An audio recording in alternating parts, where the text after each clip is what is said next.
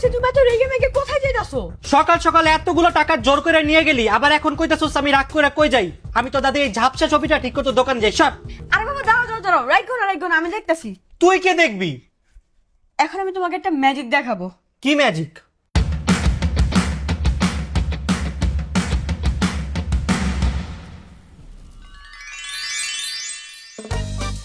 এই দেখো ছবি কত বেশি ক্লিয়ার।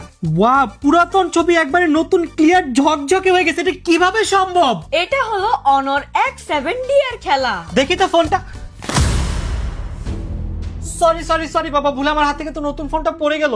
আরে বাবা ডোন্ট ওয়ারি, আমার এই ফোন হাত থেকে পড়লেও কিচ্ছু হবে না, কারণ আমার কাছে আছে Honor X7D।